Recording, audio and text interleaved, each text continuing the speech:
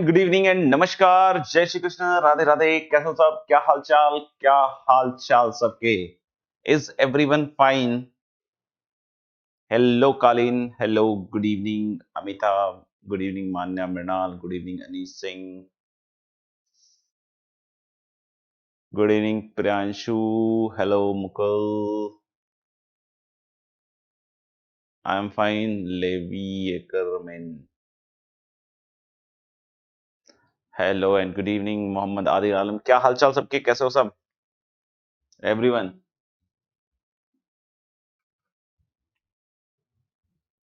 Good evening Manish, good evening Vishal, good evening Misty, good evening Amay, good evening Suryansh, good everyone. नाम बदल लिया?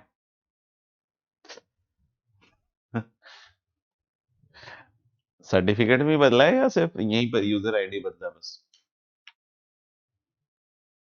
AOT क्या हो गया? नया गेम आ गया क्या?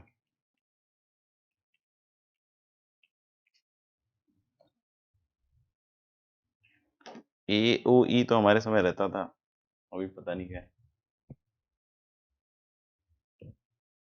सर मैंने बोला था फॉरेन में पॉपुलर है। किधर की बात कर रहा है, नेपाल या बांग्लादेश?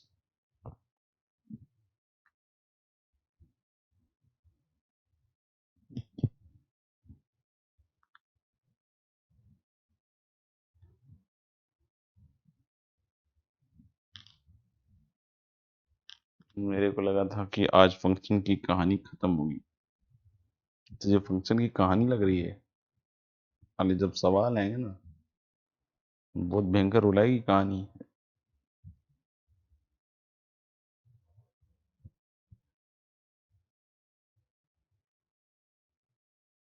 और बताओ सब, सब चकाचक? Good evening Ritu. So I think सब लोग बिल्कुल चकाचक हैं और आगे बढ़ते हैं, पढ़ते हैं।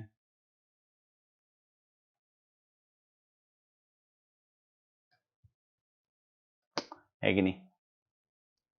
Good evening Falguni, good evening आश्वनी।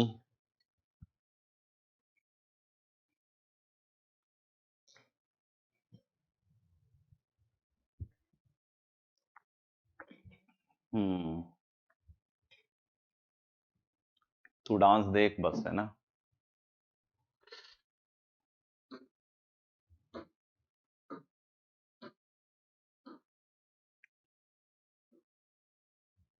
I think last class में हम लोग पीरियोडिक फंक्शन कर रहे थे और पीरियोडिक फंक्शन में हम टी अपॉन मॉड ए वाला कर चुके थे। टी अपॉन मॉड ए वाला कर चुके थे, राइट? इसके पहले से पीरियड बताया था और टी अपॉन मॉड ए किया था। उसके अलावा भी कोई पॉइंट किया गया? मतलब जैसे लास्ट टाइम मैंने शायद सबके पीरियड्स बता दिए थे शायद, है ना? और फिर टी अपॉन मॉड ए वाला कार्य किया था। हम्म, चलो देख ही लेते हैं फटाफट से।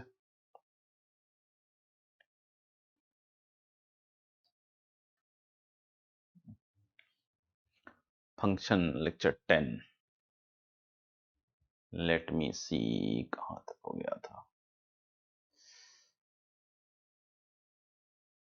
बस शायद यही दोनों चीजें हुई थी। Yes, right.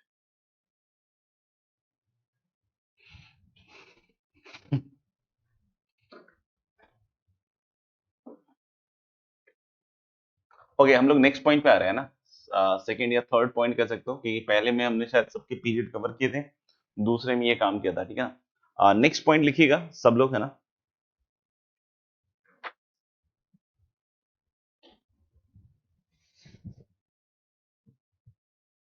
नेक्स्ट पॉइंट लिखिएगा।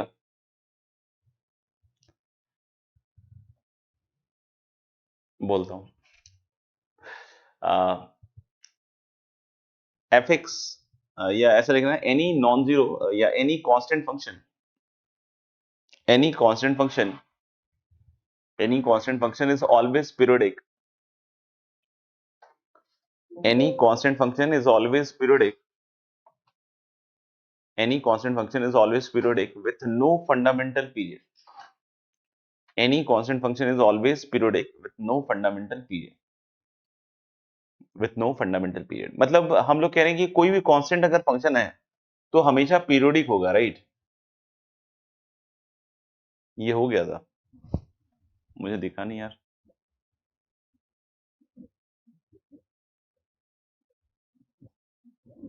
हाँ ये हो गया था, तो तुम लोग बोल रहे थे कि बस यहीं तक था, पीट दो इसको, जो था बस यही तक था। हाँ ये हो गया था, ये हो गया, ये देख लिया मैंने, ये हो गया था, है ना।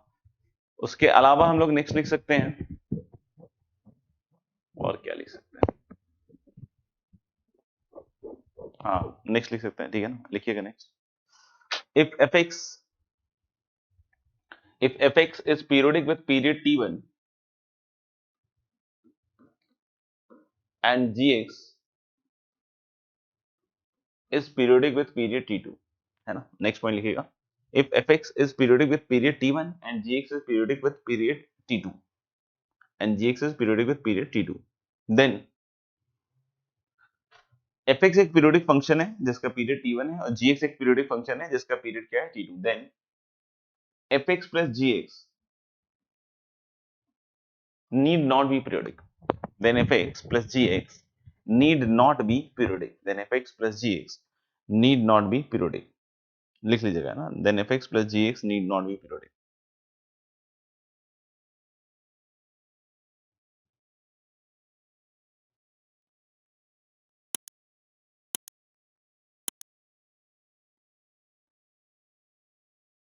ठीक है बच्चों, fx plus gx need not be periodic। अब बोलोगे सर कैसे सर, fx पीरियोडिक है, gx पीरियोडिक है, तो fx plus gx तो पीरियोडिक हो ही जाएगा। जैसे सर अगर आप एग्जांपल लीजिएगा, मान लीजिए कि एक एग्जांपल लेते हैं sir, sin x plus cos x, क्या ये फंक्शन पीरियोडिक नहीं है क्या सर, है ना।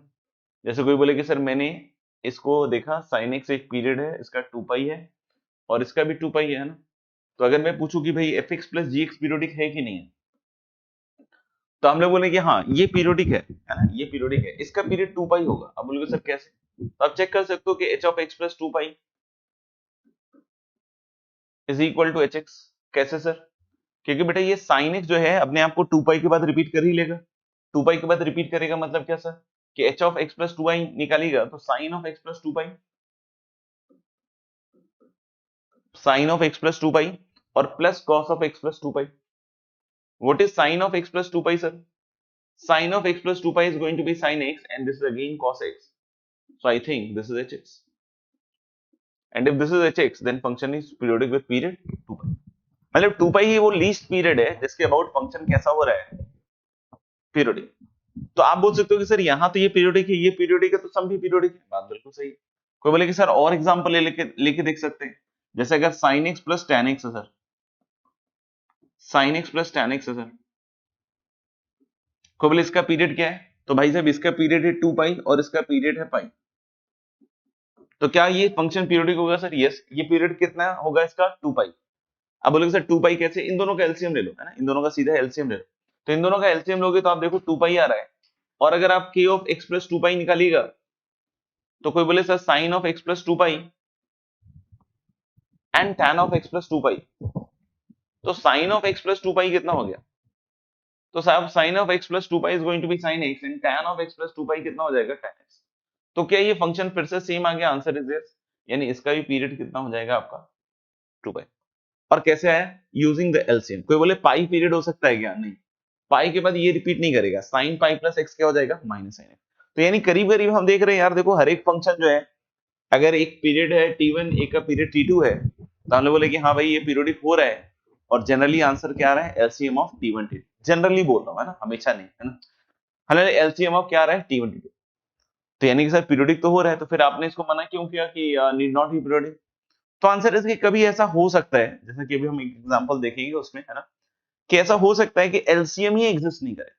मतलब एलसीएम का मतलब क्या हुआ, वो एक ऐसा पॉइंट, जैसे साइन एक्स है ना, साइन एक्स अपने आप को 2 पाई के बाद रिपीट कर रहा है, अगर कोई बोले सर कि 2 पाई पे रिपीट कर रहा है, तो 4 पाई पे भी रिपीट करता होगा, क्योंकि 2 पाई और 4 पाई, है ना, आप समझ रहे ना कि उसमें जो ग्राफ है, अगर मैं उसको रिपीट कर दूं 4 पाई के आगे, तो सेम ही ग्राफ होगा, कोई फर्क तो पड़ेगा नहीं। तो ऐसे ही हम लोग बोल सकते हैं tan x अपने आप को पाई के बाद रिपीट करता है, sin x अपने आप को 2 पाई के बाद रिपीट करता है, तो दोनों अगर साथ में सारे गामा करेंगे, यानी कि कितने के बाद रिपीट करेंगे, तो tan x अगर पाई के बाद रिपीट करता है दोस्त, तो tan x 2 पाई के बाद भी रिपीट करेगा, 2 पाई के बाद भी सेम तरीके से ग्राफ आएगा, यानी कि there is a common point जहां के बाद sin x और tan x एक दूसरे के साथ रिपीट करने लग जाएगा, and that point definitely must be the LCM of the two, and that answer is 2 pi. यानी हम लोग बोल सकते हैं कि yes, the answer for this is going to be guys 2 pi, right. लेकिन अगर ऐसा हो जाए कि सर एलसीएम ही एग्जिस्ट ना करे, एलसीएम ही एग्जिस्ट ना करे, जैसे अगर हम लोग बोलते हैं, let me take an example for you, जैसे कोई बोलता है कि सर एच एक्स हमने ले लिया, सपोज कर लीजिए sign X plus fractional part of x. Now जब आप इस फंक्शन को ऑब्जर्व करेंगे, इसको इन्वेस्टिगेट करेंगे, तो साइन एक्स का पीरियड होगा भैया 2 पाई, और फ्रैक्शनल पार्ट ऑफ एक्स का पीरियड हो जाएगा 1, है ना। इसका पीरियड हो गया 2 पाई और इसका पीरियड हो गया 1। कोई बोले, अरे सर एलसीएम निकल जाएगा 2 पाई, तो बिल्कुल किसी मुगालते में ना रहे इसका एलसीएम 2 पाई नहीं है। The LCM does not exist, LCM here does not exist. अब लोग सर कैसे नहीं एग्जिस्ट करेगा, 2 पाई देखो ना, मल्टीप्लाई करके लिख दें, मल्टीप्लाई करने इज नॉट एलसीएम गाइस, है ना। ताले लेके LCM does not exist, does not exist. LCM को पता है मेरे ख्याल से, है ना, कि इसका हम फैक्टराइजेशन करते हैं, उसका फैक्टराइजेशन करते हैं, और जो हाईएस्ट पावर है उन दोनों में, उनको हम लोग कॉमन लेके एलसीएम तक पहुंचते हैं। तो यहाँ पे एलसीएम डिफाइन नहीं होगा, क्योंकि इधर इरेशनल इधर रेशनल है, ठीक है ना, इधर इरेशनल है और इधर कैसा है, रेशनल है, तो the LCM will not exist, right. तो हम लोग यहाँ समझ सकते हैं कि एलसीएम अगर एग्जिस्ट नहीं करेगा तो मतलब ये पीरियोडिक नहीं होगा, और पीरियोडिक नहीं होगा तो इसका एक नाम है, नॉट पीरियोडिक तो बोल ही सकते हैं आप, ए पीरियोडिक भी बोल सकते हैं। आप क्या बोल सकते हैं, ए पीरियोडिक। ए पीरियोडिक का मतलब कभी ऐसा मत ले लीजिएगा कि ए पीरियोडिक मतलब सर पीरियोडिक विथ पीरियड 1, है ना। तो ए पीरियोडिक का मतलब क्या होता है, this is equivalent to not periodic, this is equivalent to not periodic. तो क्लियर है कि कब फंक्शन का जो सम है, अगर एक का t1 है दूसरे का t2 है, and if they are not periodic, तो कैसा केस होगा, वो वैसा केस होगा जिसमें एलसीएम ही एग्जिस्ट नहीं कर रहा है। अच्छा, तो बोले सर रेशनल है इरेशनल है तो एग्जिस्ट नहीं करेगा, ये समझ में आ गया। तो दो रेशनल के बीच में हमेशा एग्जिस्ट करेगा क्या, हाँ, दो रेशनल का एलसीएम हमेशा एग्जिस्ट करेगा, दो रेशनल का एलसीएम हमेशा एग्जिस्ट करेगा। अब इससे कोई कंक्लूड कर ले कि इसका मतलब दो इरेशनल का भी एलसीएम हमेशा एग्जिस्ट करेगा, आंसर इज नो। दो इरेशनल का ऐसा जरूरी नहीं कि हमेशा एलसीएम एग्जिस्ट करे, हाँ, लेकिन अगर दोनों की इरेशनलिटी का फैक्टर सेम हो तो कर सकता है। जैसे देखिएगा, यहां पे ये भी इरेशनल है, ये भी इरेशनल है, तो इसका मतलब ये नहीं कि यार इरेशनल होने के कारण एलसीएम एग्जिस्ट कर रहा है, क्योंकि पाई दोनों में है तो पाई हटा दो और 2 और 1 का एलसीएम होगा, एक्चुअली 2 और 1 का एलसीएम होगा। जैसे मैं एक एग्जांपल आपके लिए लेता हूं, चलिए एच एक्स इक्वल टू ले लेते हैं साइन एक्स प्लस, है ना, प्लस tan ऑफ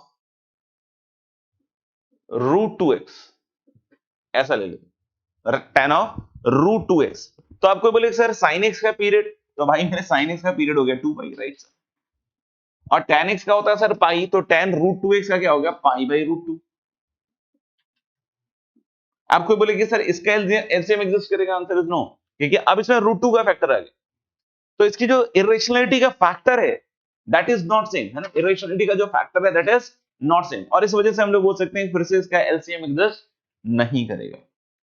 यानी कि रेशनल रेशनल रेशनल टाइप की चीज है तब तो एलसीएम हमेशा एग्जिस्ट करेगा, बट इरेशनल का केस है तो हम लोग बोले कि इरेशनलिटी का जो फैक्टर होना चाहिए वो सेम होना चाहिए, और कोई बोले एक रेशनल है एक इरेशनल है, तो LCM is definitely not going to exist. तो मेरे ख्याल से मैंने बातें क्लियर कर दी हैं, फिर भी कोई डाउट हो तो आप पूछ सकते हो, वरना लिख लीजिए।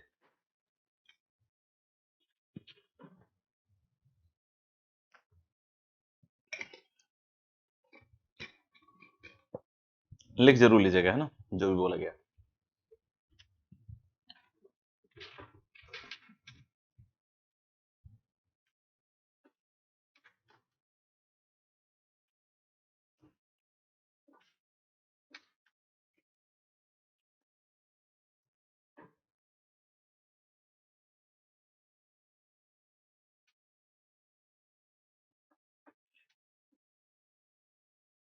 चलिए, almost everyone is writing done, तो मेरे ख्याल से आगे बढ़ लेना चाहिए, है ना। तो ये हमारा नेक्स्ट पॉइंट हो गया, इससे अगला भी एक पॉइंट है गाइस, है ना।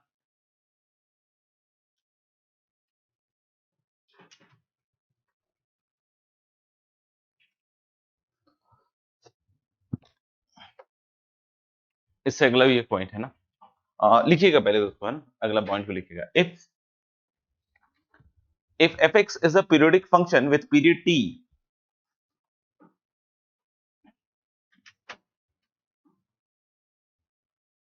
पाई कॉमन लेके ठीक है, जब पाई होगा तब, है ना। लेकिन जो भी इरेशनल वाला फैक्टर है, जैसे मान लो कि एक का है 2√2 और एक का है, सपोज कर लीजिए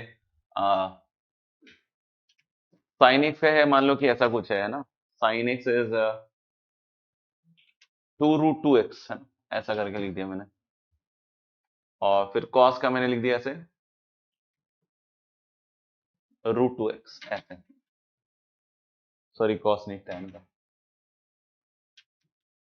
ऐसे लिख दिया मैंने tan√2x। या थोड़ा सा चेंज कर लेते हैं, 2√2 पाई एक्स, और इसका लिख देते हैं tan√2 पाई एक्स, है ना। तो इसका जब आप पीरियड लिखिएगा तो कितना लिखिएगा, 2 पाई अपॉन 2√2 पाई। तो अब पाई है ही नहीं, है ना, अब पाई है ही नहीं। आप देख सकते हो 2 से 2 कट गया, पाई से पाई कट गया, ये 1/√2 आ रहा है ना। इधर क्या आएगा भाई, पाई अपॉन √2 पाई, तो ये कैंसिल आउट हो गया, ये 1/√2 हो गया। तो इनका जब एलसीएम लोगे तो 1/√2 और 1/√2 का एलसीएम 1/√2 हुआ, यानी कि इसका जो पीरियड होगा दैट इज 1/√2। तो ऐसा कुछ नहीं कि पाई कॉमन लेके करेंगे, क्योंकि इसमें पाई है ही नहीं। अब मतलब जो इरेशनलिटी का फैक्टर जो सेम है उसको हटा देंगे, है ना, और जो बचा हुआ है उसी का एलसीएम लिया जा सकता है, क्योंकि आप पाई और इस तरह की चीज का एलसीएम नहीं ले सकते ना। पाई का प्राइम फैक्टराइजेशन थोड़ी कर सकते हैं आप। एलसीएम लेने के लिए जरूरी होता है ना प्राइम फैक्टराइजेशन करना, और उन दोनों में जो पावर हाइयर वाला है, जैसे अगर मान लो कि एक का प्राइम फैक्टराइजेशन है 2^4 ऐसे करके, तो उस तरीके की चीजों को सोचना पड़ता है ना। चलिए आगे बढ़ते हैं, ठीक है। नेक्स्ट पॉइंट क्या लिख रहे थे कि if F x is periodic with period T, if fx is periodic with period t,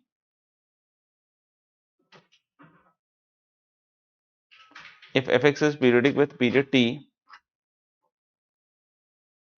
if fx is periodic with period t and gx is also periodic with period t, if fx is periodic with period t and gx is also periodic with period t,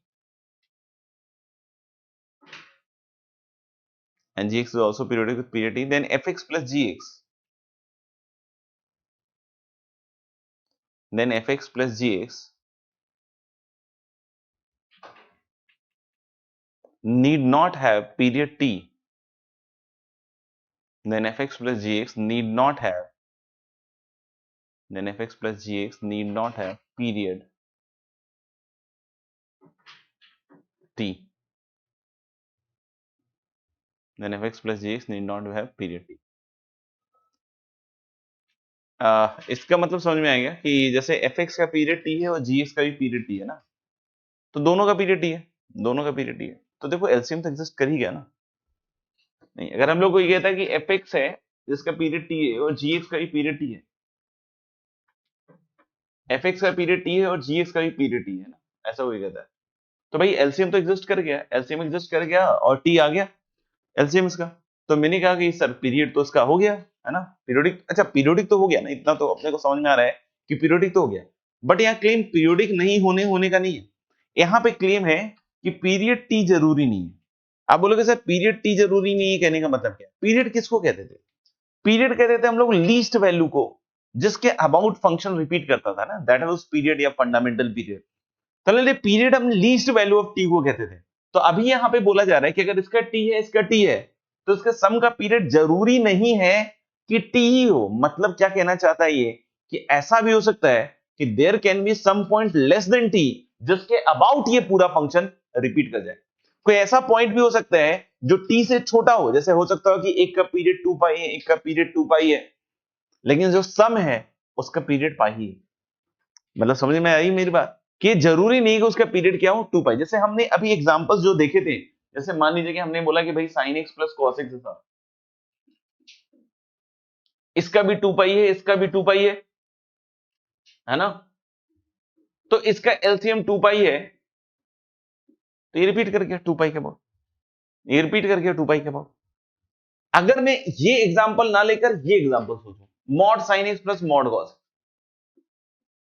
अब देखिए अब खेल क्या हो गया कि अगर mod sine X plus mod cos x की बात करेंगे हम, तो मॉड साइन एक्स का पीरियड क्या है भैया, पाई, बताया पिछली क्लास में, और मॉड कॉस एक्स का पीरियड क्या है, पाई। तो एलसीएम के हिसाब से तो कोई बोले कि पीरियड पाई हुआ सर, बट हम लोग बोल रहे हैं मेरे दोस्त पीरियड इस बार पाई नहीं होगा, मतलब वो जो सबसे छोटी वैल्यू है वो पाई नहीं है, पाई से पहले भी वैल्यू मिल जाएगी। अब बोलोगे सर कैसे, तो चलिए इसको पकड़ लेते हैं, एच एक्स इक्वल टू, है ना, H X equal to mod of sine X plus mod of cos X ले लेते हैं, और यहां पे निकालते हैं गाइस, यहां पे निकालते हैं हम लोग model H of x plus pi by to, है ना। देखना बच्चों ध्यान से, अगर हम यहाँ पे H of x plus pi by to निकालेंगे तो ये मेरे ख्याल से बन जाएगा modulus of sine X plus pi by two plus modulus of cos x plus pi by to.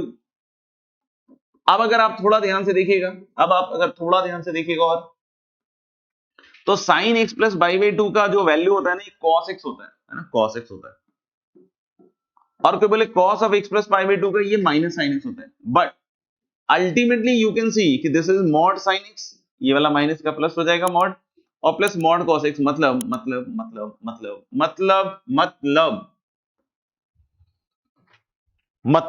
है ना कि ये पाई बाई टू के बाद क्या कर रहा है, रिपीट कर रहा है। यानी कि अगर मेरे को कोई इसका पीरियड पूछता है तो पीरियड नहीं बोल सकते हैं पाई, क्योंकि पीरियड हम किसको बोलते हैं, जो सबसे छोटी वैल्यू है जिसके अबाउट ये रिपीट कर रहा है। तो ये स्टेटमेंट ये कहना चाह रहा है कि अगर एफ एक्स का पीरियड टी है, जी एक्स का पीरियड टी है, तो एफ एक्स प्लस जी एक्स का पीरियड जरूरी नहीं हो कि टी है, हो सकता है उससे पहले भी आ जाए, है ना। लेकिन क्या ये हमेशा इससे पहले आ जाएगा, आंसर इज नो, मतलब देयर विल बी आंसर्स जो कि सिर्फ टी ही हो, जैसे मैंने आपको दिखाया ना sign X plus cos x, इसका आंसर वही है, एलसीएम दैट इज टी।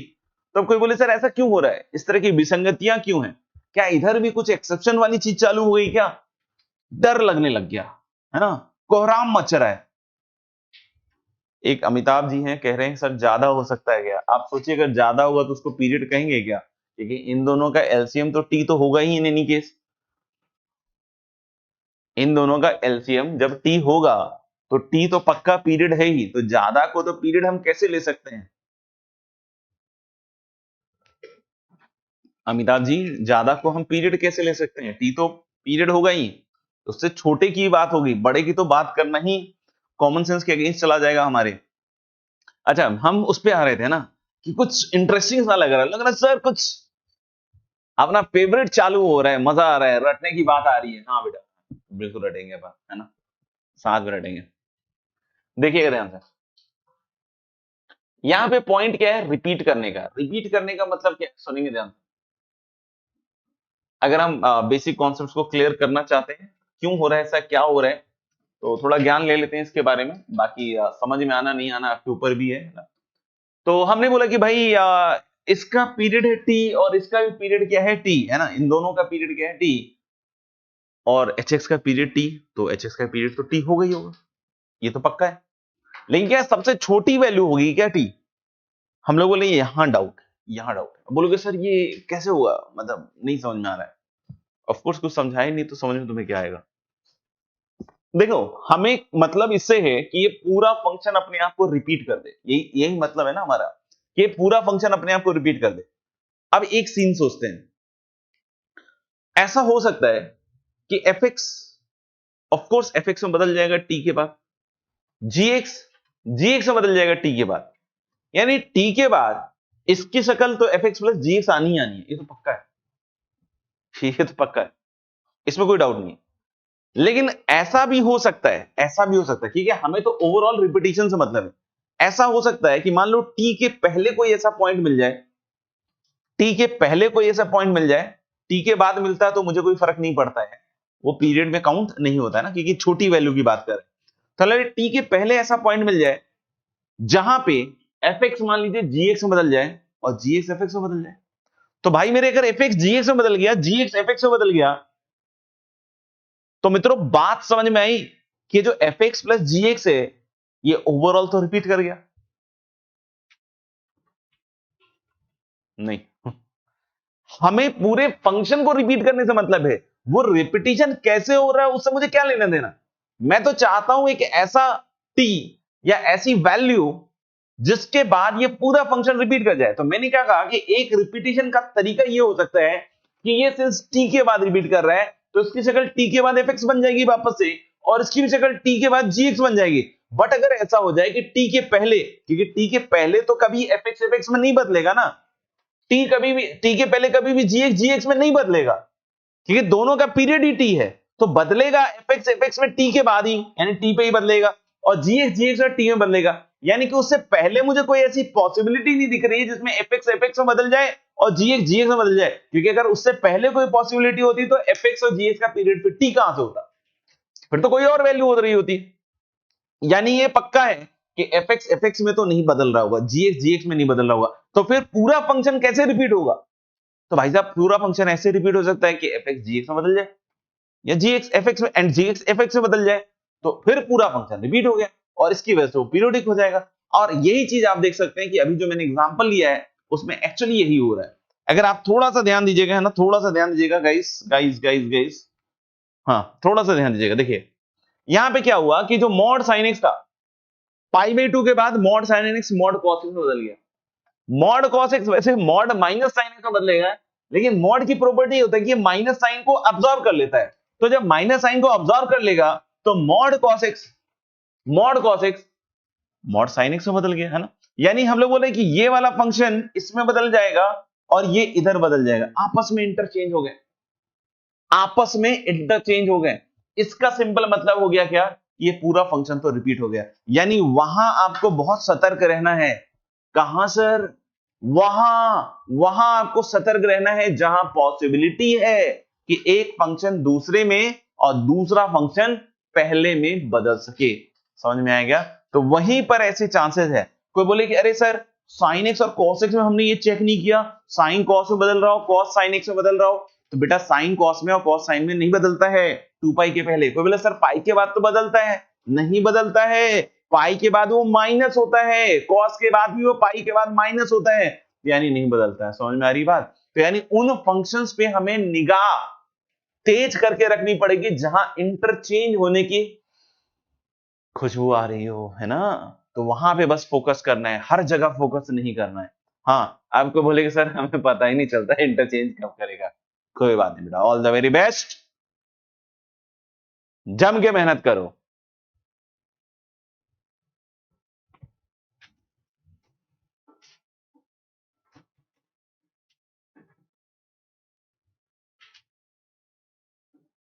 लिख लिया भैया? लिख जरूर लीजिएगा, क्लियर तो हो जाता है, लिख भी लीजिएगा, है ना।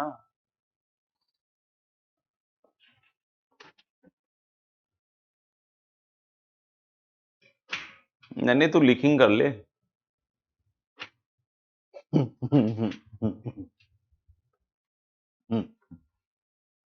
हनी सिंह पानी पीते समय ऐसे जोक नहीं मारते बेटा। हनी सिंह कह रहा ऑल क्लियर, इतना मेहनत किया टीचर ने, और इतना मेहनत किए टीचर के बाद बच्चे ने कह दिया ऑल क्लियर है, सब साफ।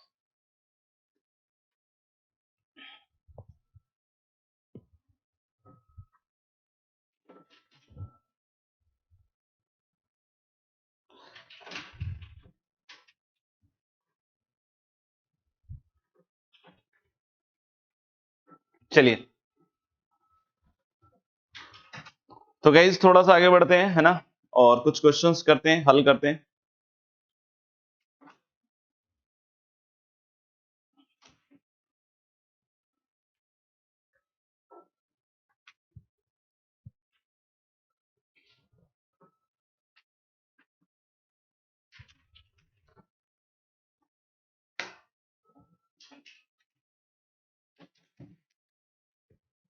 Find the period, question you can write is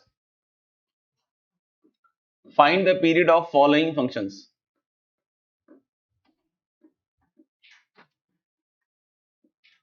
Find the period of following functions.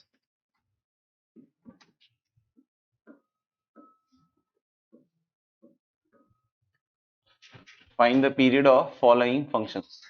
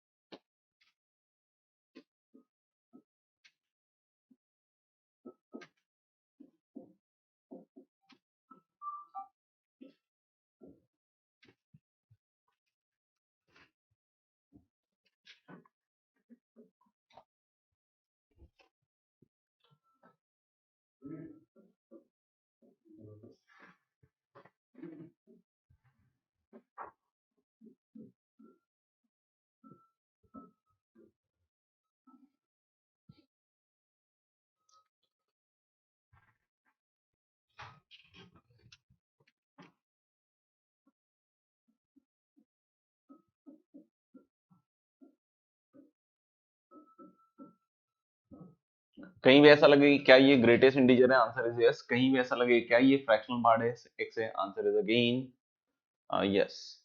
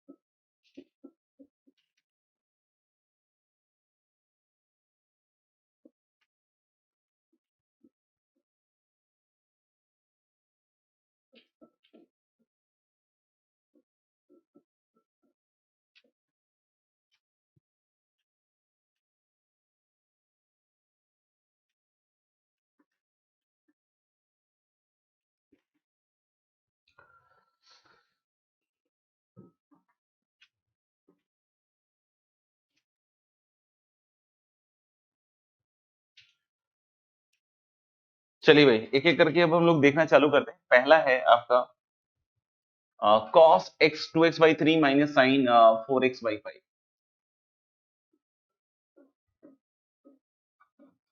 अब बोलोगे सर इसका पीरियड कैसे आएगा भाई? तो मैंने बताया अभी थोड़ी देर पहले है ना कि इंडिविजुअल पीरियड्स निकालकर हम एलसीएम लेंगे, और यहाँ आपस में इंटरचेंज करता हुआ कुछ दिख नहीं रहा है ना, तो इसलिए हम इसमें ज्यादा दिमाग नहीं लगाएंगे ना। हम लोग बोल सकते हैं यहाँ इंटरचेंज करता हुआ कुछ भी नहीं दिख रहा। इसके पीरियड की अगर हम बात करें मेरे भाई, तो ये हो जाएगा 2 पाई अपॉन, है ना, 2/3 इसका पीरियड।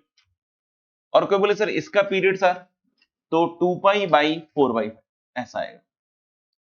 यानी कि साहब इसका निकालिएगा तो ये 3 पाई दे रहा है, और इसका निकालिएगा तो मुझे लग रहा है कि दिस इज 5 पाई/2, है ना, दिस इज 5 पाई/2। अब मुझे इन दोनों का क्या निकालना है, एलसीएम, है ना। और इसमें बच्चे गलती कर देते हैं, बहुत सारे बच्चे गलती करते हैं ना, तो आप मत कीजिएगा, इस चीज को हम देखें, है ना।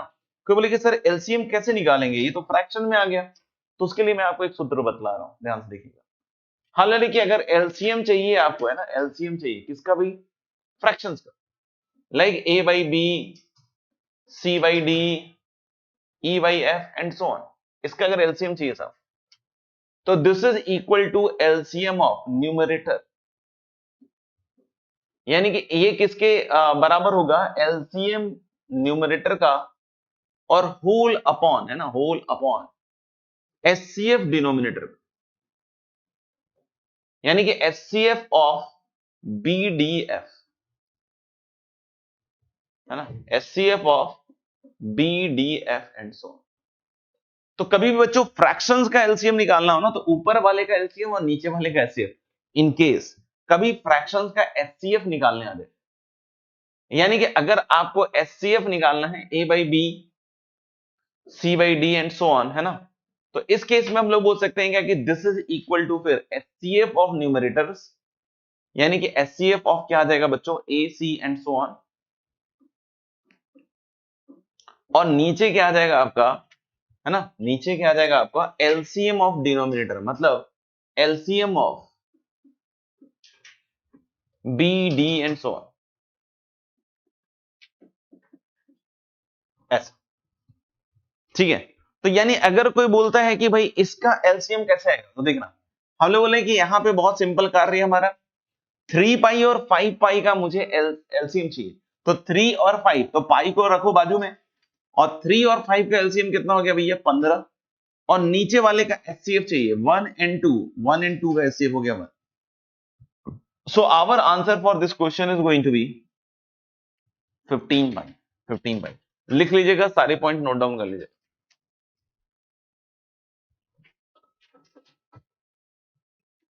15 पाई है ना, अपॉन 1 लिखने की जरूरत नहीं।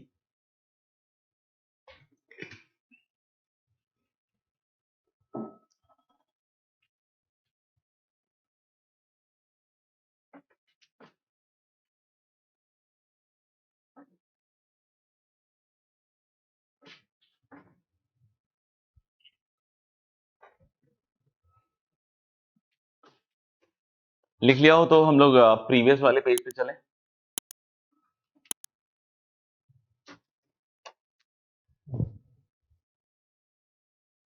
कोई लिख रहा हो तो वेट डाल दीजिएगा, है ना, या प्रीवियस स्लाइड बोल सकते हैं।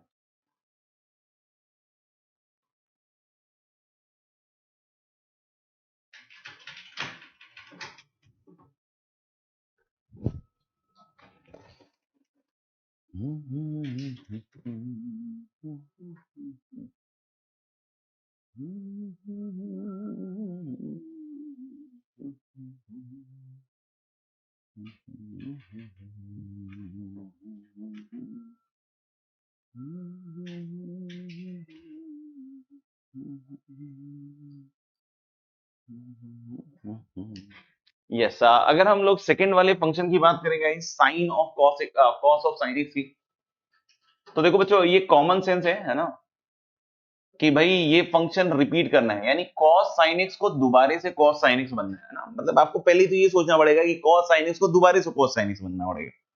तो भाई cos sin x को दोबारे से cos sin x बनना है, तो sin x अगर दोबारे से sin x बन जाए तब तो बन ही जाएगा। तो हम लोग बोल सकते हैं कि अरे भाई cos sin x में sin x दोबारे से sin x कब बन जाता है, 2 पाई के बाद, क्योंकि sin of 2 pi plus x is sin x। लेकिन अगर कोई बोले सर पाई के बाद, तो पाई के बाद साइन साइन में नहीं बदलता, माइनस साइन में बदलता है। बट यहां एक अपॉर्चुनिटी है कि cos एक इवन फंक्शन बाहर लिखा हुआ है, और cos अगर एक माइनस इवन फंक्शन अगर लिखा हुआ है तो वो माइनस साइन ऑब्जॉर्व कर सकता है। अगर वो माइनस साइन ऑब्जॉर्व कर सकता है तो ऑफ कोर्स ये फंक्शन पाई के बाद रिपीट कर जाएगा, क्योंकि साइन तो माइनस देगा बट cos माइनस को बाहर आने नहीं देगा। यानी कि कोई मुझसे इसका पीरियड पूछेगा तो मेरा आंसर होगा पाई, क्योंकि आप देख सकते हो कि F of pi plus x क्या आएगा भाई, cos of sign of pi plus x. और कोई पूछे मुझसे कि भाई साइन पाई प्लस एक्स क्या आएगा साहब, तो माइनस साइन एक्स। बट कोई पूछे cos of minus sine x क्या आएगा साहब, तो cos minus theta is cos theta, है ना, cos minus theta cos theta के बराबर है। तो ये दोबारा से क्या बन जाएगा, कॉस साइन एक्स, यानी कि एफ एक्स आ गया। एफ एक्स आ गया मतलब क्लियर हो गया कि इस फंक्शन का पीरियड पाई होगा। कोई बोले 2 पाई क्यों नहीं हुआ सर, क्योंकि 2 पाई से पहले एक पॉइंट पाई मिल गया जहां पे ये फंक्शन सेम रिपीट कर रहा है, इसलिए इसका पीरियड क्या होगा, pi. You can note it down. कुछ पूछना हो तो बताइएगा।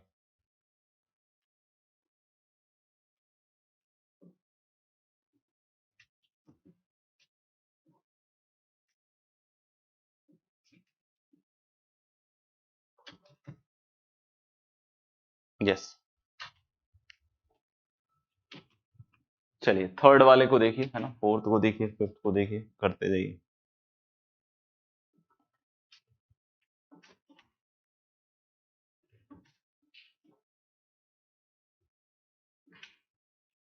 या थर्ड का 2 पाई ही रह जाएगा, क्यों सर, थर्ड का 2 पाई ही क्यों रह जाएगा, पहले वाले का 15 पाई आ गया है ना, आंसर यहाँ बगल में लिख ही देते हैं एक बार तो, है ना। इसका पाई आ गया। कोई बोले सर 2 पाई क्यों हो गया, इसका पाई क्यों नहीं आया, क्योंकि बेटा इसमें पाई अगर लिखोगे तो सेम तरीके से आप लिख कर देखना है ना, मैं अब दोबारा से नहीं लिख रहा हूं, आप लिख के देख लेना है, इतना कोई कष्ट की बात तो होनी नहीं चाहिए आपके लिए। तो cos pi plus x minus cos x होगा, तो माइनस साइन इस बार ऑब्जॉर्व नहीं कर पाएगा। क्यों नहीं कर पाएगा, ये साइन तो ऑड फंक्शन है तो बाहर माइनस फेंक देगा। तो यानी कि हम लोग बोल रहे हैं क्या कि यहां से इसका जो पीरियड है cos x का वही फाइनल पीरियड रह जाएगा, मतलब इसका आंसर 2 पाई ही होगा। ये cos cos में 2 पाई के बाद रिपीट कर देगा। फिर भी कोई डाउट हो तो आप बोल सकते हैं ना, I will try to explain. Sine के इवन पावर्स, cos के इवन पावर्स, ये सब क्या होते हैं, पीरियोडिक विथ पीरियड पाई, है ना, साइन के इवन पावर और cos के इवन पावर। तो कोई भाई कह रहा है कि F X equal to sine की पावर 4x प्लस कॉस की पावर 4x, है ना, इसका पीरियड बताइए सर। तो भाई मेरे इवन की बात करें तो इसका तो पाई है ना, इवन पावर्स, और इसका भी पाई है।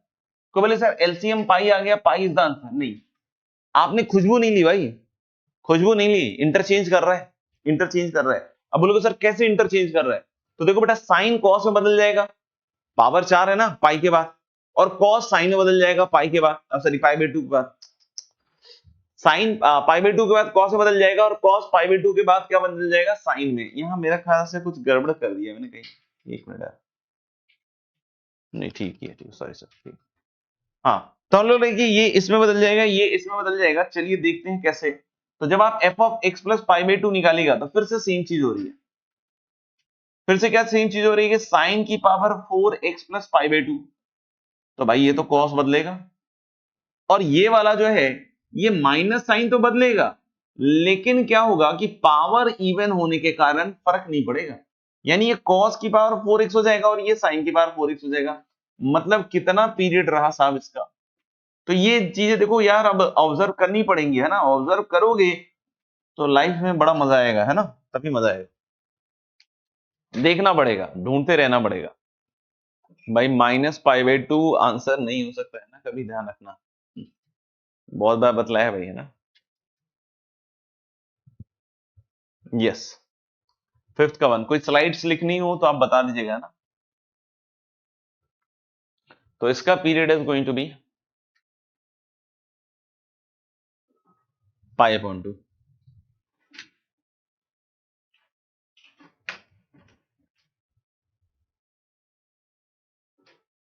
बट तुम कमेंट में कैसे आया बेटा?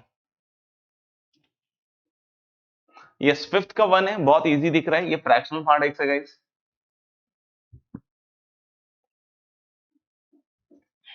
फ्रैक्शनल पार्ट एक्स है तो इसका पीरियड वन ही होगा, है ना। चलिए देखते हैं सिक्स्थ वाला। सिक्स्थ वाले में क्या कह रहे हैं? सिक्स्थ वाले में क्या कह रहा है भाई?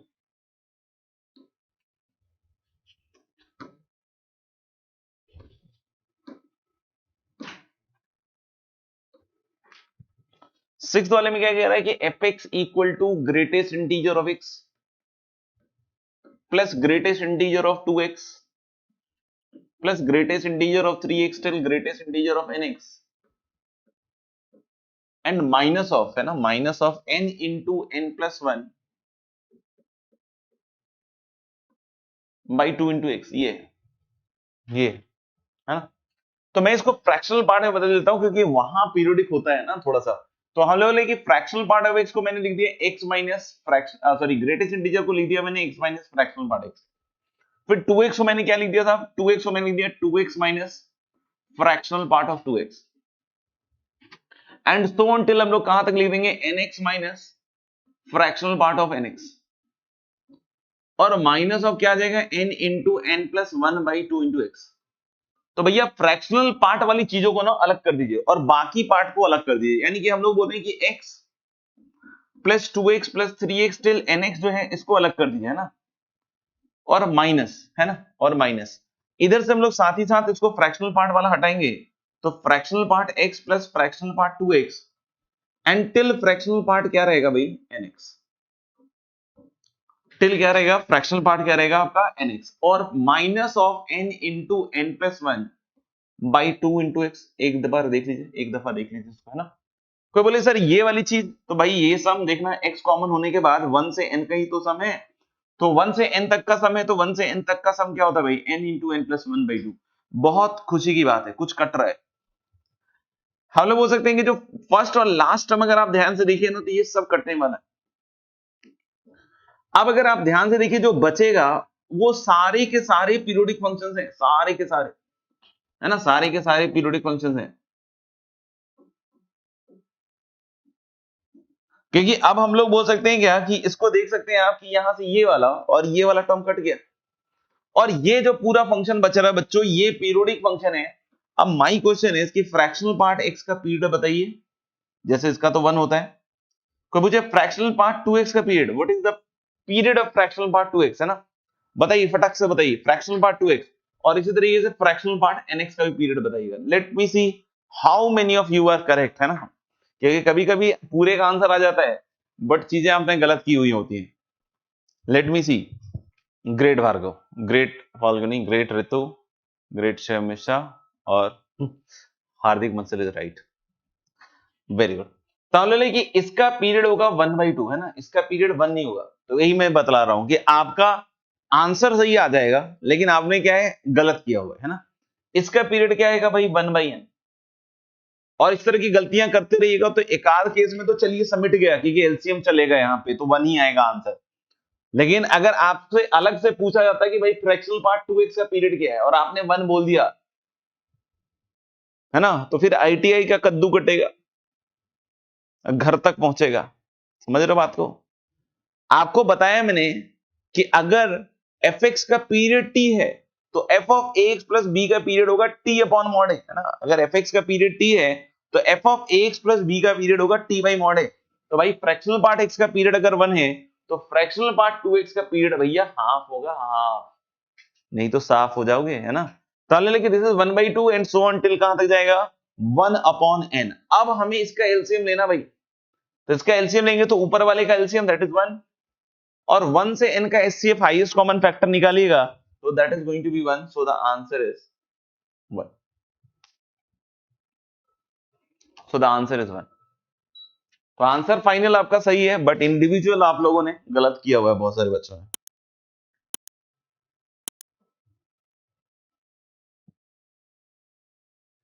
देख लीजिए, लिख रहे हो तो वेट डाल दीजिएगा और लिख चुके हो तो डन कर दीजिएगा। तो हम दोबारा से क्वेश्चन वाली स्लाइड पे जाएंगे। फिर भी कुछ नहीं समझ में आया कोई स्टेप तो बता सकते हो आप लोग। अच्छा, ये देखकर यहाँ x² मत समझ लेना है ना यार, मतलब कुछ बच्चे थोड़े शातिर होते हैं। ये 2 ऊपर वाले का है ना, ये 2 ऊपर वाले का, ये 2 ऊपर वाले का। चलिए, तो मेरे ख्याल से इसका आंसर हमारा कंफर्म हो चुका है, आंसर तो फाइनली 1 ही रहेगा। मेरे ख्याल 6th का आ गया, 7th का शायद क्या आएगा गाइस 10 पाई है ना। कितना हो जाएगा इसका 10 पाई, 10 पाई। कैसे सर, कैसे कैसे 10 पाई आ गया है ना, सुनेंगे ध्यान से। 10 पाई के लिए हम लोग क्या बोल सकते हैं कि भाई 2 cos x minus pi by 5 है,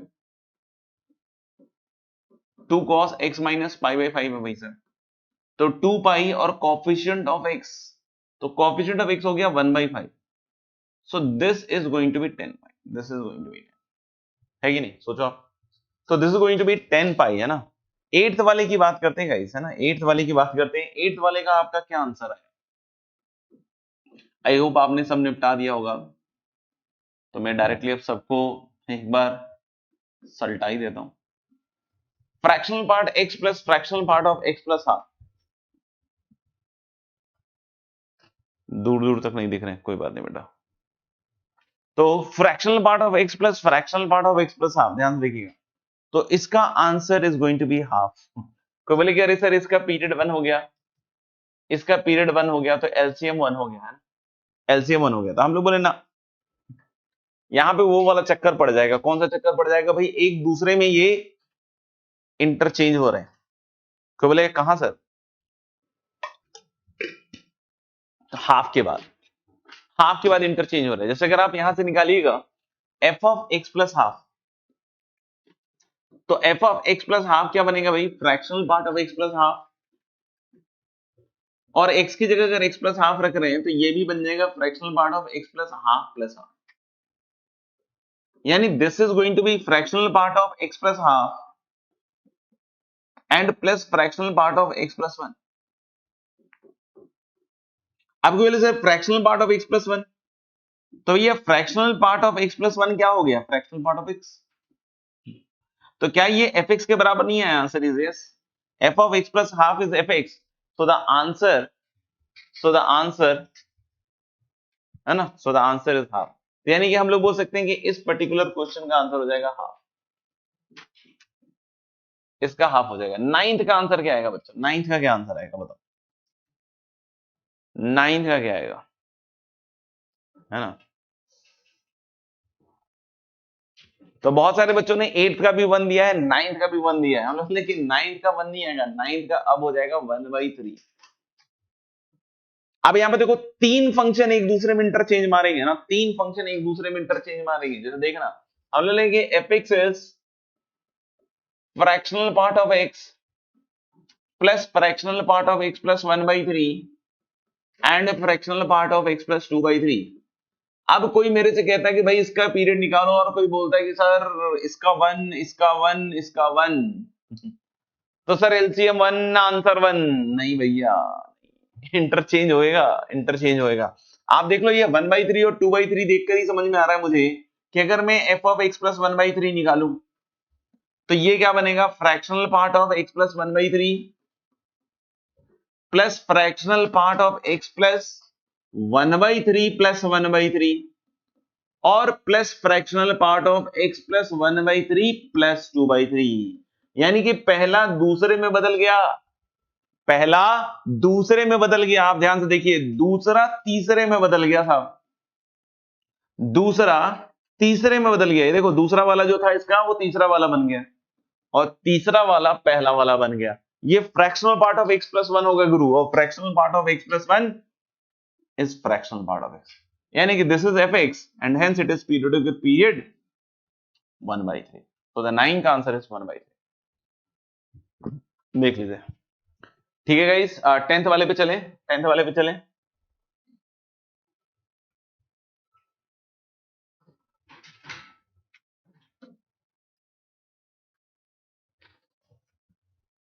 टेंथ वाला बोल रहा है कि sir F X equal to, है ना, 4 इंटू कॉस की पावर 4, है ना, और x minus pi upon 4 pi square. मुझे लग रहा है इसको थोड़ा सिंप्लीफाई करने की जरूरत है भाई,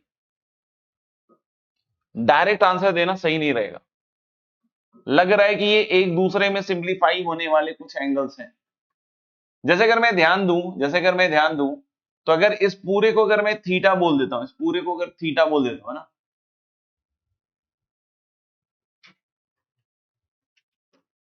या इस पूरे को थीटा बोल देता हूं, तो ये मुझे लग रहा है 2 थीटा है। ये मुझे लग रहा है 2 थीटा है, आप देख लो, 2 थीटा डबल है। तो मैं इसको लिख सकता हूं क्या, 2 cos square x minus pi upon 4 pi square, ऐसे लिख सकता हूं। 2 cos स्क्वायर, है ना, का होल स्क्वायर देख सकते हो ना, 2 का स्क्वायर 4 और cos स्क्वायर का स्क्वायर हो गया डबल, और माइनस क्या है, वही जो 2 cos x minus pi upon 2 pi square है। मतलब मेरा क्या कहना है भाई कि अब 2 cos स्क्वायर थीटा को अगर आप 1 + cos 2 थीटा लिखते हैं, तो 1 + cos 2 थीटा में तो मुझे लग रहा है कि इसका डबल एंगल बन जाएगा। इसका डबल मतलब x minus pi upon upon 2 pi square, और माइनस यहां बनेगा 2 cos x minus pi upon 2 pi square. अगर इसको आप ओपन करते हो दोस्त, इसको ओपन करते हो,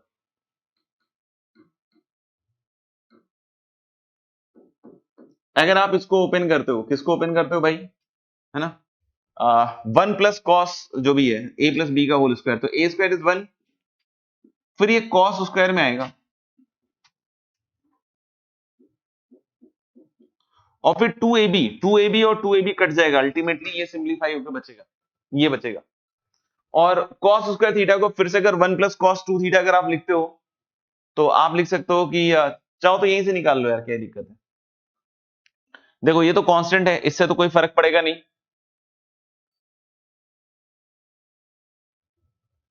हाँ भैया, देखते रहिएगा। हम लोग लगे cos स्क्वायर थीटा, तो cos का इवन पावर का पाई होता है ना, इसको आप ऐसे पहले तो अलग कर लीजिए ना, बाद में नहीं तो लफड़े हो जाएंगे। इसको आप लिखिए 1/2 pi square into x minus 1/2 पाई। तो कॉफिशिएंट ऑफ एक्स है 1/2 पाई स्क्वायर। कॉस स्क्वायर का क्या होता है, कॉस स्क्वायर थीटा का होता था या कॉस स्क्वायर एक्स का होता था भैया, पाई। तो कॉस स्क्वायर ऑफ दिस का क्या हो जाएगा, पाई अपॉन 1/2 पाई स्क्वायर, हाँ या ना, यानी इसका आंसर कितना हो जाएगा, 2 पाई क्यूब। इसका आंसर क्या आ जाएगा, 2 पाई क्यूब। चेक कर लीजिए, अगर कोई स्टेप में गड़बड़ हो गया हो मेरे से तो बता दीजिए, और समझ में आ गया हो तो वो भी बता दीजिए। तो अब ऐसे और भी सवाल आ सकते हैं ना, उसको आप इसी तर्ज पे सॉल्व करने की कोशिश कीजिएगा। अल्टीमेटली ऐसे ही हम लोग को हैंडल करना सीखना पड़ेगा। ठीक है जी, चलिए।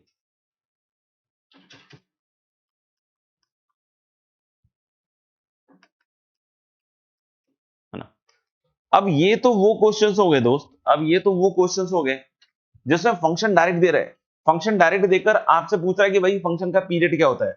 बट सिर्फ इस तरह के सवाल ही नहीं आते, दूसरी तरह के भी सवाल आते हैं। दूसरी तरह के सवाल मतलब कैसे सवाल सर? जिसमें फंक्शन ना दे लेकिन फंक्शनल इक्वेशन दे दे। बोलेगा कि एक फंक्शन है जो इस फंक्शनल इक्वेशन को सेटिस्फाई कर रहा है, फाइंड इट्स पीरियड, है ना। क्वेश्चन क्या होगा कि एक फंक्शन है जो इस फंक्शनल इक्वेशन को सेटिस्फाई कर रहा है। अब आपको बतलाना है कि इस फंक्शनल इक्वेशन का मतलब ये जो फंक्शन जिस फंक्शनल इक्वेशन को सेटिस्फाई कर रहा है उस फंक्शन का पीरियड क्या होगा। मतलब दो तरह के मोटे मोटे सवाल आते हैं। एक तो वो वाले सवाल जिसमें हमारे को डायरेक्ट फंक्शन देकर पीरियड पूछा जाए, या फिर ऐसे सवाल भी आ सकते हैं जिसमें फंक्शनल इक्वेशन की मदद से आपसे फंक्शन का पीरियड निकलवा रहा हो। तो इस पे एक क्वेश्चन करके देखते हैं और कुछ क्वेश्चंस करते हैं इसमें। तो लिखना चालू कीजिएगा। नेक्स्ट क्वेश्चन डिक्टेट कर रहा हूं पहले तो। Find the period of fx, find the period of fx which satisfies. खुद से पहले ट्राई कीजिए ना, फिर मैं आपको बताऊंगा क्या करना है कैसे करना है। एंड आई होप बहुत सारे आप में से सॉल्व भी कर लें। Find the period of fx which satisfies f of x plus f of x plus 4 equal to f of x plus 2 plus f of x plus 6।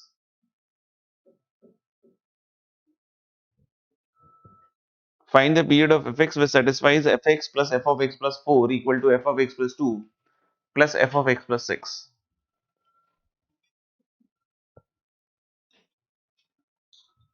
आप देख सकते हो कि ये फंक्शनल इक्वेशन है ना, और यहां से हमें फंक्शन का पीरियड निकालना है ना। तो कोई वैल्यू वैल्यू रखकर कुछ होने वाला नहीं है ना। If you will putting some values की यार वैल्यू रख के निकालो ना, आपको अल्टीमेटली उस फंक्शनल इक्वेशन को किस तरह के फॉर्म में रिड्यूस करना है ये समझना पड़ेगा। हमें अल्टीमेटली इस तरह के फंक्शनल इक्वेशन को फाइनली फाइनली इस तरह के फॉर्म में कन्वर्ट करना चाहिए, like f of x plus t equal to fx।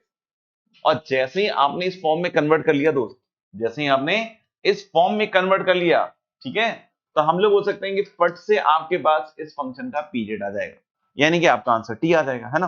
तो हम लोग बोले कि सबसे पहली चीज यही है कि हमें इस फॉर्मेट में बदलना पड़ेगा। If you are successful in converting this into this, है ना, रिलेशन, तो आप यहां से पीरियड निकाल सकते हो। अब जैसे हम इसको थोड़ा ऑब्जर्व करते हैं, तो मुझे x, x plus 4, x plus 2, x plus 6 लगता है, और मैंने बोला कि कोई वैल्यू वैल्यू रख के अगर आपने कुछ किया ना चिंदी चोरी, तो उससे कुछ नहीं निकलने वाला है ना। आप इस बात को समझिएगा। जैसे अगर कोई बोले कि अरे सर sin x में f0 और f पाई सेम होता है, तो sin x का पीरियड तो पाई होना चाहिए सर। तो भाई sin x का पीरियड पाई नहीं होता है, sin x का पीरियड 2 पाई होता है ना, क्योंकि 2 पाई के बाद रिपीट करता है। तो फंक्शनल वैल्यू से आप कभी पीरियोडिक को गेस नहीं कर सकते, हाँ, कभी भी नहीं गेस कर सकते हैं। आप बोलो कि fx equal to X square के लिए तो sir f of -1 f of 1 हो जाता है, तो ये भी पीरियोडिक हो गया। तो भाई एक्स स्क्वायर पीरियोडिक थोड़ी होता है यार, कैसी बातें कर रहा है ना। तो यानी फंक्शनल वैल्यू से कुछ नहीं होगा, आपको इस तरह के फॉर्म में कन्वर्ट करना पड़ेगा।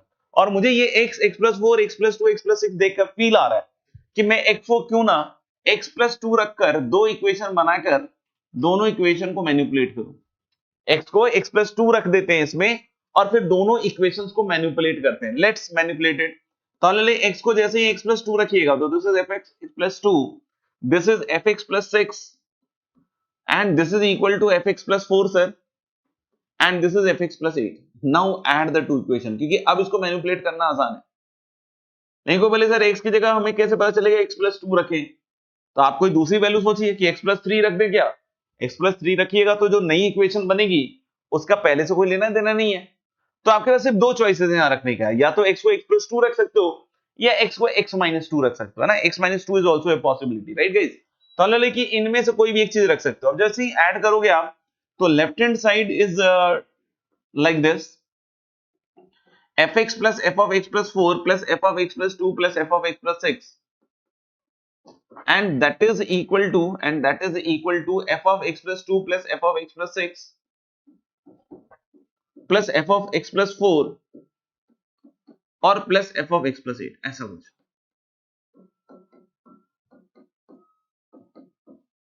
है ना, ऐसा कुछ।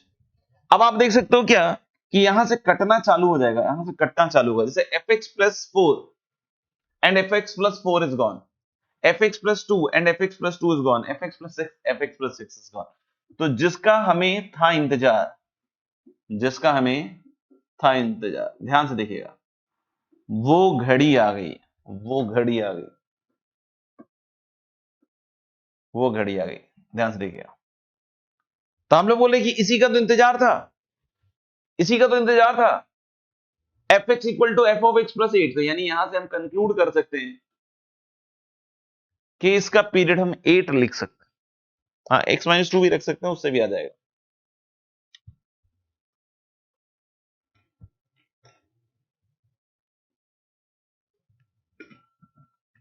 तो there can be questions like this, जहां पे आपको इस तरह से काम करना पड़ सकता है ना guys.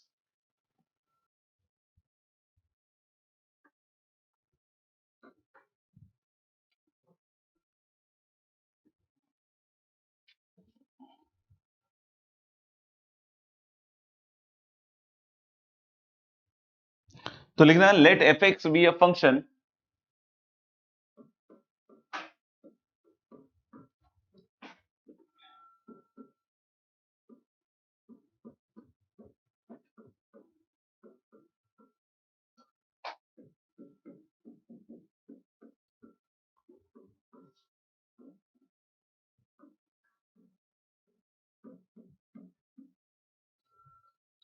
let fx be a function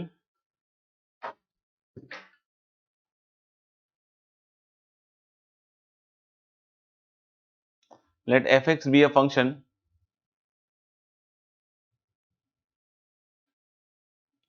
let fx be a function which satisfies fx plus f of x plus 4 plus f of x plus 8 till f of x plus 36 equal to k.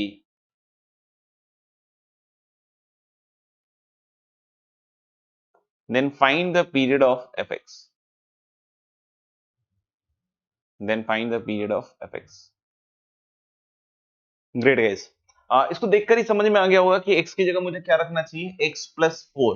तो जैसे ही मैं x की जगह x plus 4 रखूंगा तो this is now fx plus 4 plus fx plus 8 plus fx plus 12 and so on till यहां पे last में आ जाएगा fx plus 40 and this is again going to be k। और जैसे ही आप इसको सब्ट्रैक्ट कीजिएगा तो यहां से यहां तक का जो पहले तक का टर्म है और यहां से यहां तक का, these two are going to be same guys, है ना, these two are going to be same। तो सब्ट्रैक्ट करते ही इधर बनेगा fx minus F of x plus 40 और उधर बन जाएगा k माइनस के, दैट इज 0। यानी यहां से f ऑफ x प्लस 40 किसके बराबर आ रहा है, fx। दैट मीन्स कि पीरियोडिक हो जाएगा और पीरियड कितना हो जाएगा इसका, 4040, राइट। चलिए एक और क्वेश्चन लिखिए।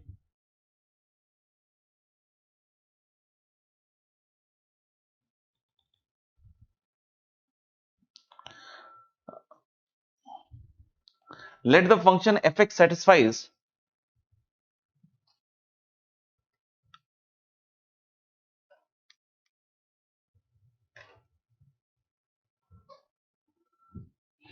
let the function fx satisfies let the function fx satisfies f of x plus 4 plus f of x minus 4 equal to fx।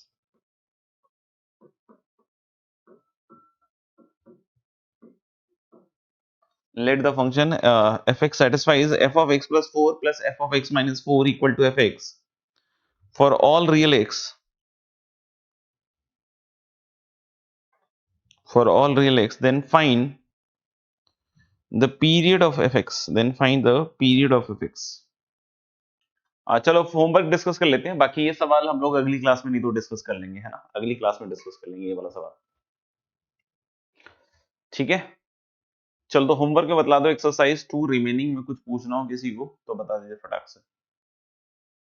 Exercise 2 remaining में किसी बच्चे को कुछ पूछना है तो बता देंगे।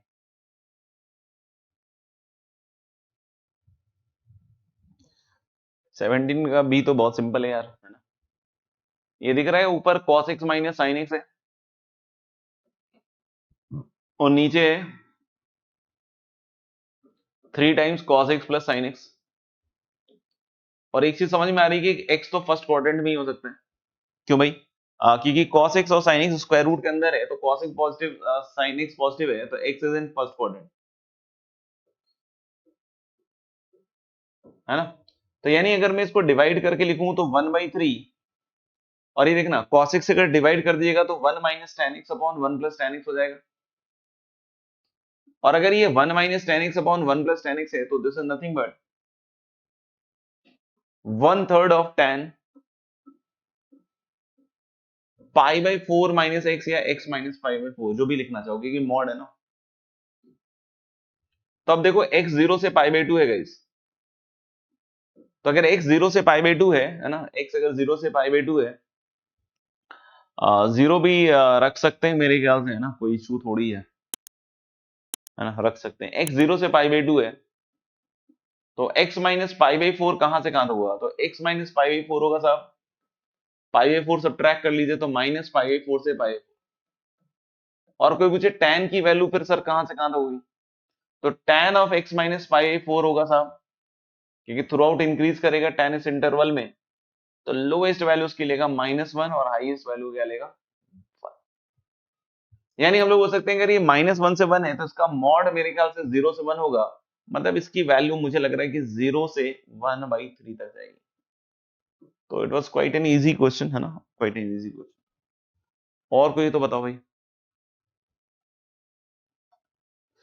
ओके 13 का एक ए आया है ना, 13 का ए आया है, 13 वाला सवाल। 13 का ये तो क्लास इलस्ट्रेशन है बेटा, क्या हुआ, एफ एक्स और एफ ऑफ माइनस एक्स निकाल के ऐड कर दिए, क्लास में अप्लाई हुआ है। लग रहा है क्लास नहीं पढ़ रहे हैं आजकल अच्छे से। हम्म। और कोई सवाल, और कोई सवाल एक्सरसाइज 2 में बचा हुआ, एनीवन?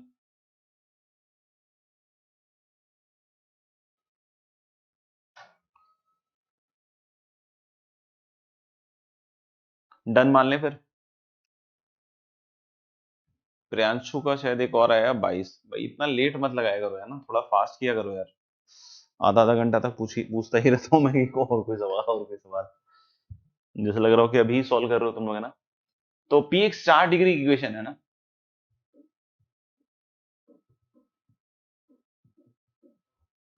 ठीक है।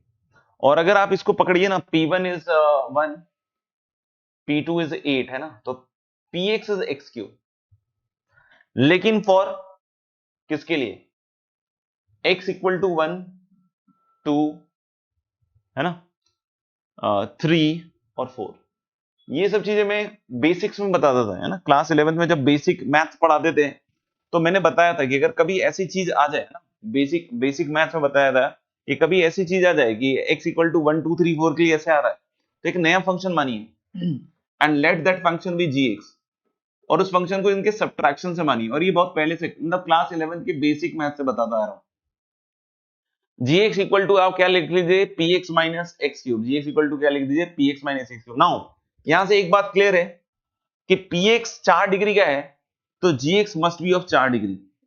क्यों भाई, क्योंकि px 4 डिग्री का है, देख लीजिए आपको लिखा हुआ है ना, तो ये तो डिग्री में कुछ हेल्प नहीं करेगा, ये तो एक्स क्यूब है, तो ये जो 4 डिग्री का होगा तो ओवरऑल ये फंक्शन क्या होगा, 4 डिग्री का होगा। अब एक चीज सुनिएगा, जीवन की वैल्यू, तो साहब जीवन कितना आएगा, जीवन आएगा P1 माइनस 1, तो P1 इज 1 तो जीवन इज 0।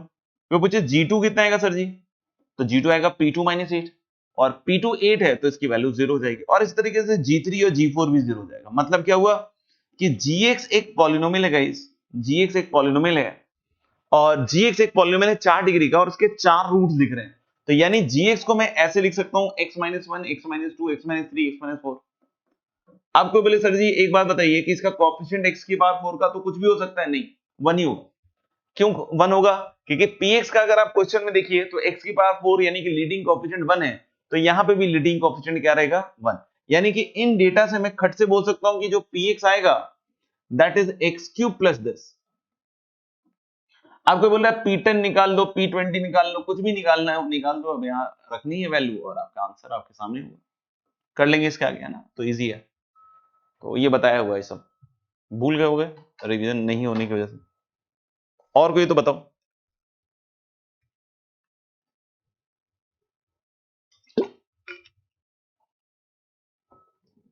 और कोई एक्सरसाइज 2 में तो जल्दी बताएंगे, no doubt no. Very good. तब देखो बच्चों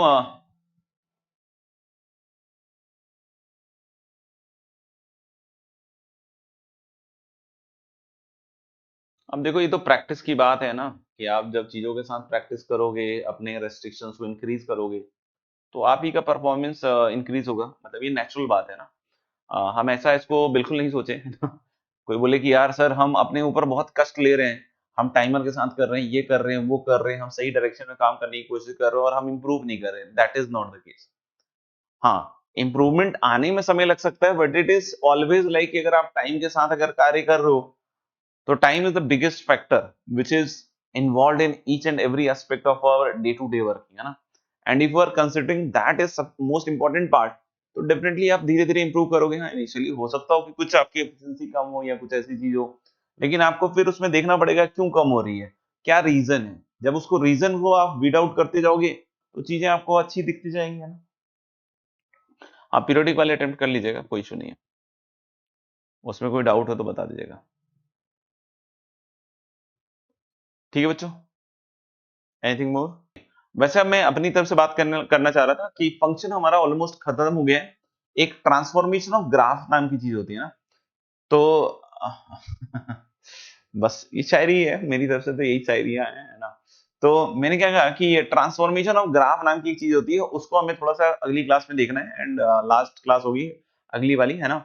और कुछ ऐसे केसेस होते हैं कि भाई number of one one function कितने हैं, दो सेट दे देता है, number of one two function कितने हैं, तो उसको भी थोड़ा सा हमें देखना पड़ेगा, क्योंकि वो पीएनसी का है, परमुटेशन कॉम्बिनेशन का है, तो हो सकता है कुछ बच्चों को तकलीफ होगी जिन बच्चों ने परमुटेशन कॉम्बिनेशन नहीं किया होगा।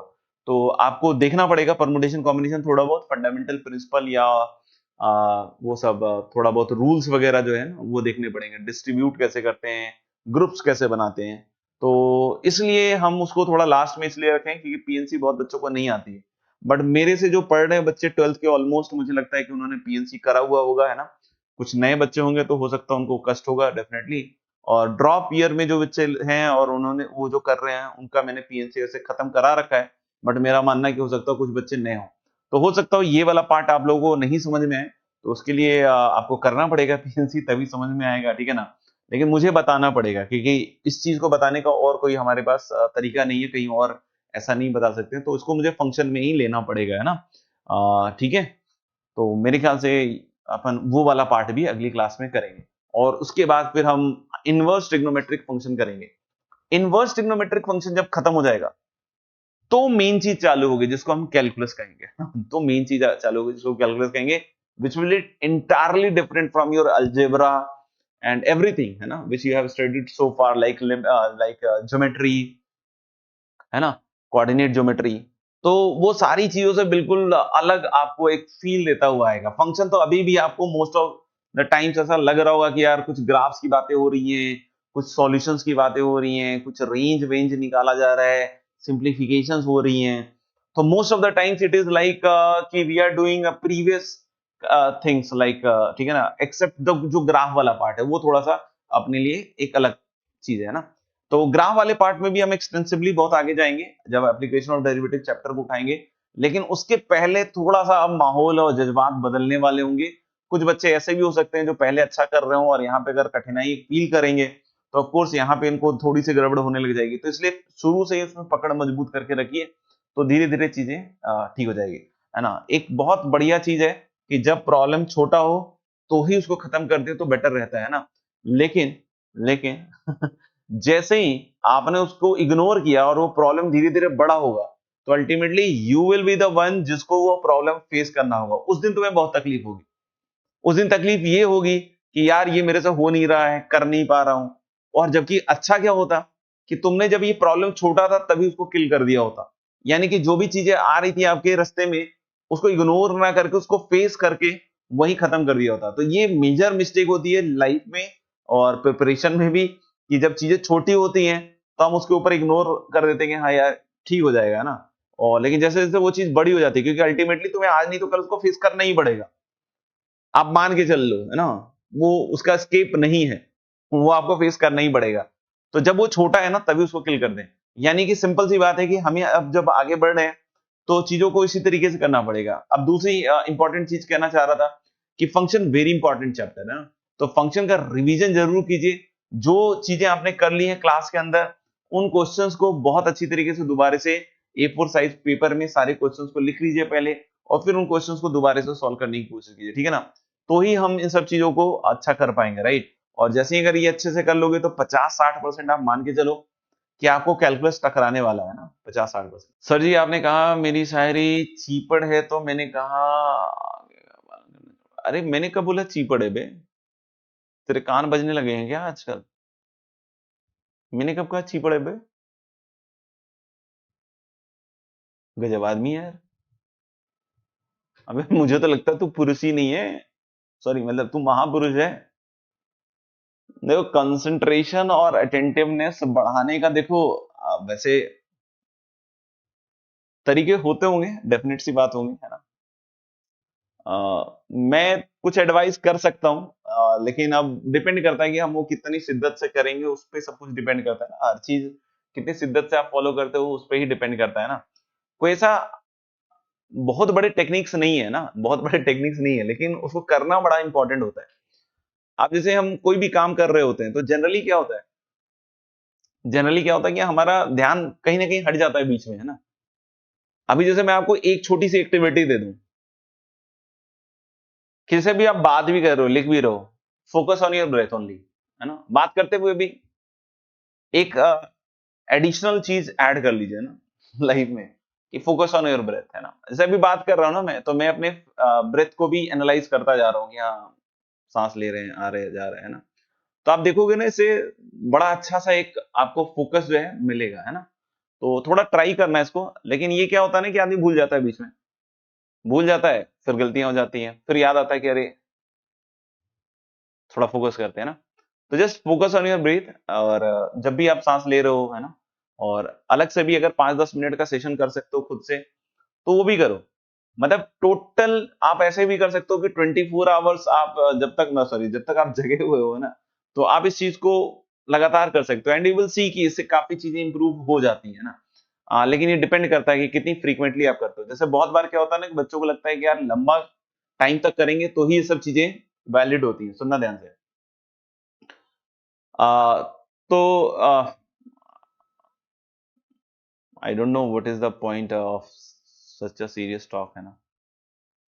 आ, तो मैं बस इतना कहूंगा कि आ, बहुत बार ऐसा लगता है यार कि, है ना, ये चीजें में कोई एफर्ट मतलब लगता होगा ज्यादा।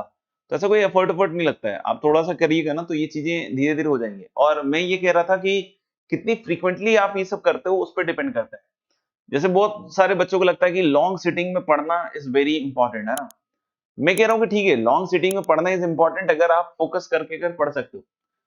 लेकिन लेकिन अगर आपको लगता है कि यार मैं फ्रीक्वेंटली, मतलब अगर हैबिट बनाना है, आपकी आपकी लॉन्ग सिटिंग की हैबिट नहीं बन पा रही है, तो इट ऑल्सो मैटर्स कि how frequently you do it, how frequently you do it. जैसे क्या होता है कि हमने नहीं पढ़ा और हमने मान लो 5 घंटे तक नहीं पढ़ा, तो ये मूर्खता है। आप 5 घंटे में 5 बार बैठ जाओ ना, आधे आधे घंटे के लिए बैठ जाओ, पौन घंटे के लिए बैठ जाओ, तो आप देखोगे कि आपका पढ़ाई में मन लगा रहेगा, है ना। ऐसा नहीं होगा कि आप पढ़ाई से दूर चले जाइए। आज मोस्ट ऑफ द टाइम्स लोग क्या है ना, इतने इतने बच्चे हैं जो फालतू के वीडियो देखने में लगे हुए हैं कि भाई ये कैसे इंप्रूव होगा, वो कैसे इंप्रूव होगा। उसकी जगह आपको कुछ नहीं करना है। जब क्योंकि वो देखोगे तो उसमें और विचार विमर्श चालू हो गया, उसमें और सारी बातें तुम्हारे दिमाग में चालू हो गई। अच्छा उसने ये बताया कि दिमाग का ये पर्टिकुलर परत होता है, दिमाग में ये चीज घुस जाती है, फलाना होता है, ढुमकाना होता है, और उसको वीडियोस के मार्फत बहुत बढ़िया तरीके से दिखाना। अब बच्चा उसी में खोया हुआ है, उसका इंप्रूवमेंट क्या हुआ उससे भगवान जाने, है ना, उससे पता नहीं क्या हुआ। टाइम वेस्ट हुआ वो और अलग। लेकिन जो आईआईटी का सीरियस एस्पिरेंट है ना, वो ये सब चीजें अफोर्ड नहीं कर सकता, वो देख ही नहीं सकता ऐसी चीजें। उसको बस बैठ के गया है, बस पढ़ना है अब, है ना। आपको बोले कि सर नहीं बैठ पा रहा 5 घंटे, वो वीडियो देखूंगा तो लगता है 5 घंटे पढ़ लूंगा, मैं बता रहा हूं नहीं पढ़ पाओगे, उसके बाद भी नहीं पढ़ पाओगे। आपको कुछ नहीं करना है। अगर आपको लगता है कि यार मैं 5 घंटे लगातार नहीं पढ़ पा रहा, तो मैंने क्या कहा, आप 30 मिनट्स पढ़ लीजिए, 40 मिनट्स पढ़ लीजिए, 45 मिनट, जितना भी आपको लगता है।